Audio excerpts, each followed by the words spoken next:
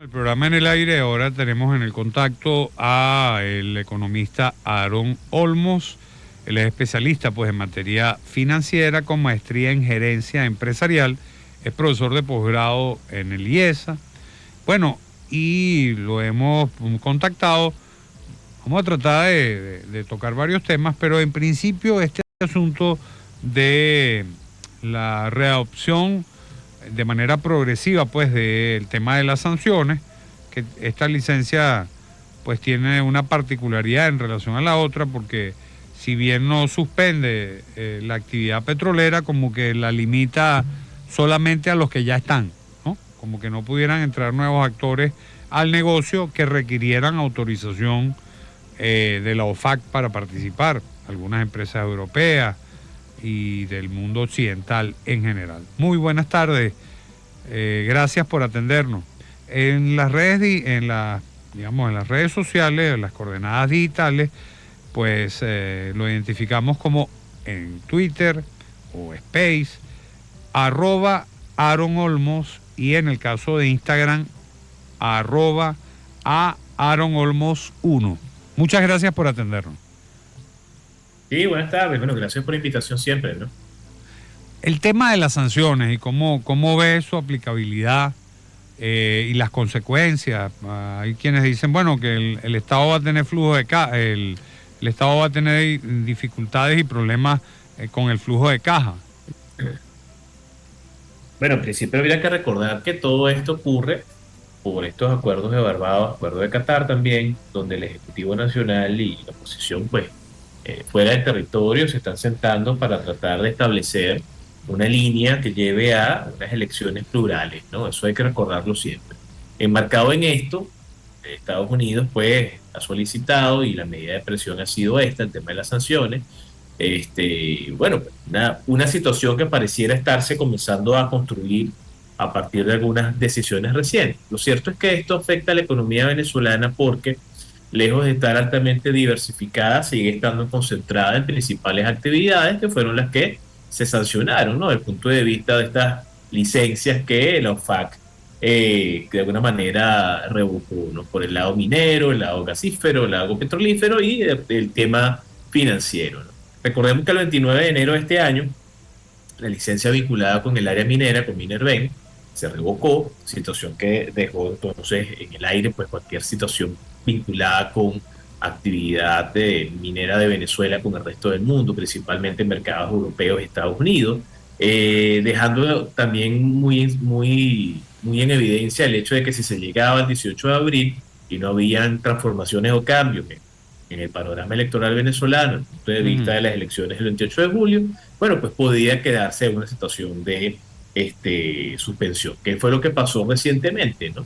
Como tú ya lo comentas, Antonio, el tema de esta licencia 44A que se dio pues a la 44L, de alguna manera hace ver que sí, efectivamente hay una suspensión. Sin embargo, el Ejecutivo Nacional se ha esforzado mucho en hacer ver que no va a tener efecto. Claro que sí va a tener efecto, porque efectivamente el mercado primario donde Venezuela estaba llevando su producción, y donde hacía pues actividad de intercambio, Estados Unidos y los países europeos, bueno, pues no, en principio no se va a tener acceso a ellos como lo que ocurría entre enero y marzo. Hay que recordar que hubo cierta parte de la recuperación económica que se comenzó a dar durante el año 2024, en el primer trimestre, finales del año 2023, tiene mucho que ver con este alivio de estas 5 sanciones, y hay un gran nivel de dependencia en términos de la posibilidad de generar mayor flujo de caja para el financiamiento del Estado, la política de intervención y todo lo que es el financiamiento de presupuestos. Sí, fíjate, vamos a ir a una breve pausa. Estamos conversando con el economista Aaron Olmos, además docente de posgrado del IESA. Fíjate, en estos días vi una declaración tuya, decía, no hay salario bueno, te oí decir, ¿no? A propósito de los salarios, el gobierno dijo que, no habló de que iba a aumentar el salario, pero le oí a Maduro señalar, bueno, que producto de la recaudación fiscal por el aumento pues de los impuestos, pues se iba a tratar de mejorar el ingreso de la gente. ¿no? A palabras más, palabras menos es lo que yo le entendí. Yo no sé si usted entendió una cosa distinta a la que yo creo haber comprendido, pero usted nos las explica a la vuelta. Pero Con gusto. dice, no hay salario bueno, dice usted.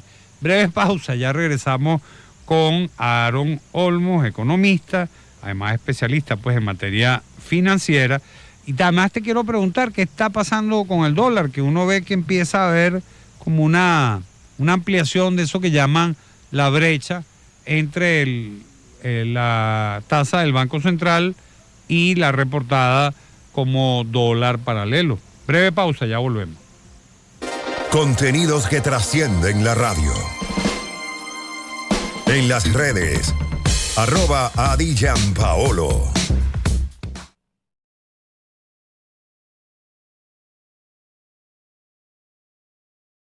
Usted está en el aire con Antonio Di Gianpaolo.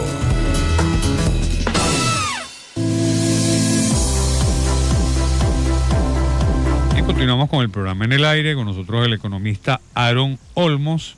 Él es pues especialista en materia financiera con maestría en gerencia empresarial, es docente de posgrado de Eliesa. Sus coordenadas digitales en Instagram, @AaronOlmos1, y en Space o antiguo Twitter o X, a Aaron Olmos.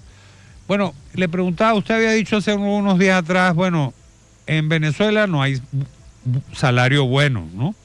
Y le decía hace también algunos días atrás, el presidente defendió la política de aumento de la recaudación fiscal, es decir, más impuestos y obviamente más multas también, en el sentido de decir que esos recursos o parte de esos recursos iban a ser utilizados para mejorar el ingreso de la gente.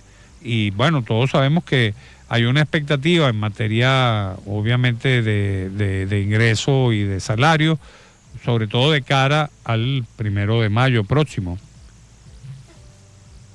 Es así, es así. Bueno, la realidad con el tema salarial en Venezuela, que tenemos más de 2 años sin que el salario mínimo se modifique.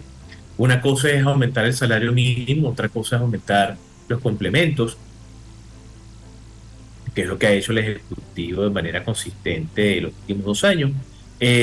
Por eso es que de alguna forma, pues el hablar de que no existe necesariamente un salario bueno es muy cierto. ¿Por qué? Porque bueno, cada dinámica familiar muestra características particulares. Entonces, cuando vemos una canasta básica como la que publica el Sendas, ¿no? La más reciente a marzo, 554, ¿no? Si mal no recuerdo. Estamos hablando casi $560, ¿no? Promedio de una familia de 4 personas para los 60 rubros que ellos calculan, ¿no? Pero quizás vemos la que calcula el Observatorio Venezolano de Finanzas, siempre un poco más por debajo de esto, quizás por el orden de los $400, o la canasta de Sedice, quizás por el orden de los 520, ¿no? Entonces, cuando vemos esta cifra y vemos el salario en términos reales, entendemos que no hay necesariamente un salario bueno, porque no es posible poder cubrir la totalidad de las necesidades del hogar. Canasta básica, servicios básicos, transporte, bueno, todos los elementos que de alguna manera forman esto, ¿no? Y cuando vemos esta situación cercano ya, faltando tampoco para el 1 de mayo, se crea la expectativa, como es normal, todos los años, de una mejora en el salario.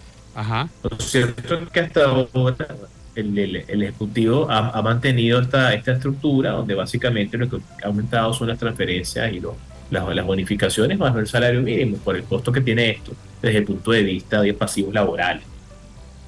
Sí. Fíjese, nos queda muy poco tiempo de programa, pero ¿tú piensas que va a haber un anuncio gubernamental a propósito del 1 de mayo?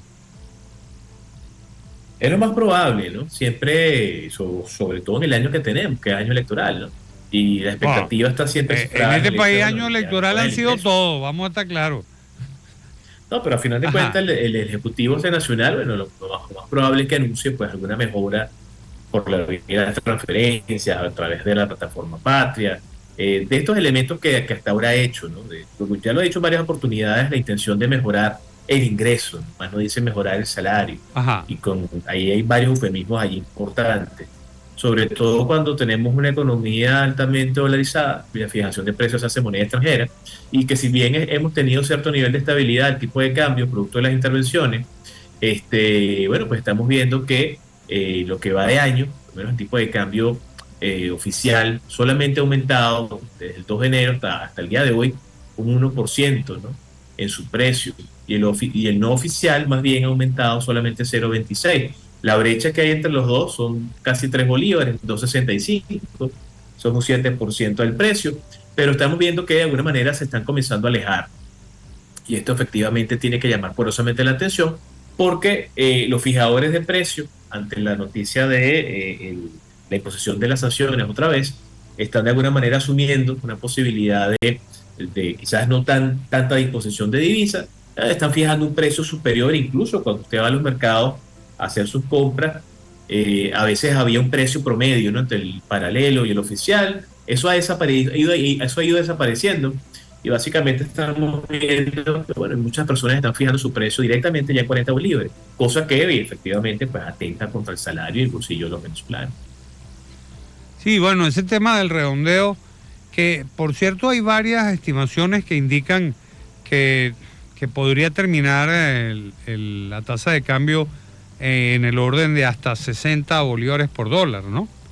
Estamos hablando del año de diciembre. El Observatorio Venezolano tiene un trabajo interesante, hace una encuesta de expectativas, y en la más reciente precisamente hace este cálculo, ¿no? De alguna manera vemos un incremento del precio que habían fijado el mes anterior, y ahí estamos viendo pues esa expectativa que cifran ellos en 60 bolívares por dólar, ¿no?, que es lo que muestran en su estudio, con un crecimiento del PIB del 2%, y bueno, pues una reducción de la inflación que pudiese estar alrededor del 60% al final del año. Que por cierto es un indicador bastante bueno, ¿no? El tema de eso que llaman, yo no sé si es un eufemismo o no, ya que usaste ese término hace rato, eso de desaceleración de la inflación, pero en todo caso, ciertamente el ritmo de la variación de precios es mucho menos activo y menos impulsivo que el año pasado, y ni se diga en los tiempos de la hiperinflación, digamos, ¿no? Claro, es que mientras tengamos estabilidad alrededor de los 36, 38, 39, el tipo de cambio, eso que estábamos hablando ahorita, vamos a ver cierto nivel de estabilidad también en los precios, porque principalmente se fijan en moneda extranjera. Entonces, hablar de una desaceleración, un enquilosamiento, una menor velocidad en el crecimiento de los precios es positivo para los venezolanos, es positivo para la planificación financiera de las empresas, y es positivo pues para la gran mayoría de los venezolanos, ¿no? El tema es que hasta ahora estamos viendo son medidas de contención, más no necesariamente medidas que corrijan el problema de fondo, que esto tiene que ver ya con el implantar pues un programa económico donde la actividad industrial y el desarrollo empresarial sea la palanca principal.